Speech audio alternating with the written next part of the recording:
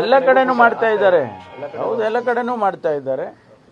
ಅವರವರು ಜುರಿಸ್ಡಿಕ್ಷನ್ನಲ್ಲಿ SP ಗಳು ಕಮಿಷನರ್ಗಳು ಅವರವರು ಅದನ್ನೆಲ್ಲ ಮಾಡ್ತಿದ್ದಾರೆ.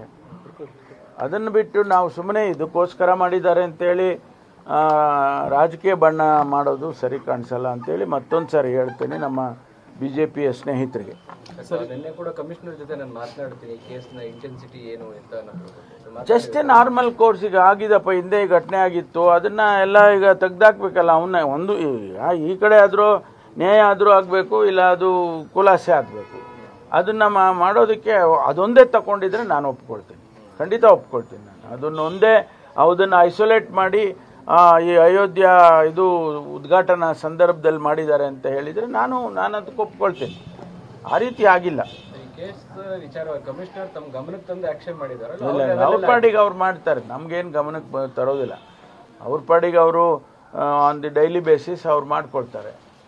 ನಮ್ಮ ಇಂಟರ್ಫಿಯರೆನ್ಸ್ ಆಗಲಿ ನಿಮ್ಮ ಉಬ್ಬಿದ ರಕ್ತನಾಳಗಳ ಸಮಸ್ಯೆಗೆ ಎವಿಸ್ ಆಸ್ಪತ್ರೆಯಲ್ಲಿ ಕೇವಲ 30 ನಿಮಿಷದ ಲೇಸರ್ ಚಿಕಿತ್ಸೆಯೊಂದಿಗೆ ಮುಕ್ತಿ ಹೊಂದಬಹುದು. ಹೆಚ್ಚಿನ ವಿವರಗಳಿಗಾಗಿ ಸಂಪರ್ಕಿಸಿ 8088837000. ಡೈರೆಕ್ಷನ್ಸ್ ಆಗಲಿ ಅಗತ್ಯ ಇರೋದಿಲ್ಲ. ಅವರಿಗೆ ಕಾನೂನು ಪುಸ್ತಕ ಕೊಟ್ಟಿಲ್ವ ಕೈಗೆ? ಸರ್, ಈಗ ಕನ್ನಡ ಪರ ಹೋರಾಟಗಾರರ ಮನೆಗಳ ಮೇಲೆ ರಾತ್ರೋರಾತ್ರಿ ಸರ್ಚ್ ವಾರೆಂಟ್ ಇಲ್ಲದೇನೆ ಪೊಲೀಸರು ನುಗ್ತಾ ಇದ್ದಾರೆ, ಸರ್ಚ್ ಮಾಡ್ತಾ ಇದ್ದಾರೆ ಅಂತ ಒಂದಷ್ಟು ಆರೋಪಗಳು ಕೇಳಿಬರ್ತಾ ಇದೆ. ಆ ರೀತಿ ಏನು ಮಾಡೋದಕ್ಕೆ ಹೋಗಿಲ್ಲ. ಯಾರ ಮೇಲೆ ಕಂಪ್ಲೇಂಟ್ ಇರುತ್ತೆ, ಯಾರ ಮೇಲೆ ಕೇಸ್ ಮಾಡಿದ್ದಾರೆ ಅವರಿಗೆ ಕೇಳ್ಬೋದೇ ಬಿಟ್ಟರೆ ಯಾರು ಇನ್ನೋಸೆಂಟ್ ಜನಗಳ ಹತ್ರ ಮನೆಗೆ ಹೋಗಿ ಮನೆ ನುಗ್ಗಿ ಪೊಲೀಸ್ನವ್ರು ಹೇಳ್ಕೊಂಬರೋ ಅಂತ ಇದಕ್ಕೆ ಹೋಗಿಲ್ಲ ನಾವು.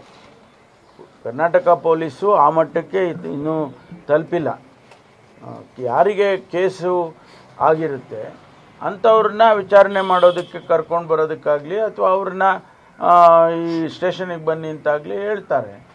ಇಲ್ಲದೇ ಇದ್ದರೆ ಸುಮ್ಮನೆ ಹೋಗಿ ಯಾರ್ದೋ ಮನೆಯಲ್ಲಿ ಇನ್ನೋಸೆಂಟ್ ಜನರನ್ನ ಕರ್ಕೊಂಡು ಬರೋದು ಅದೆಲ್ಲ ಮಾಡೋದಿಲ್ಲ.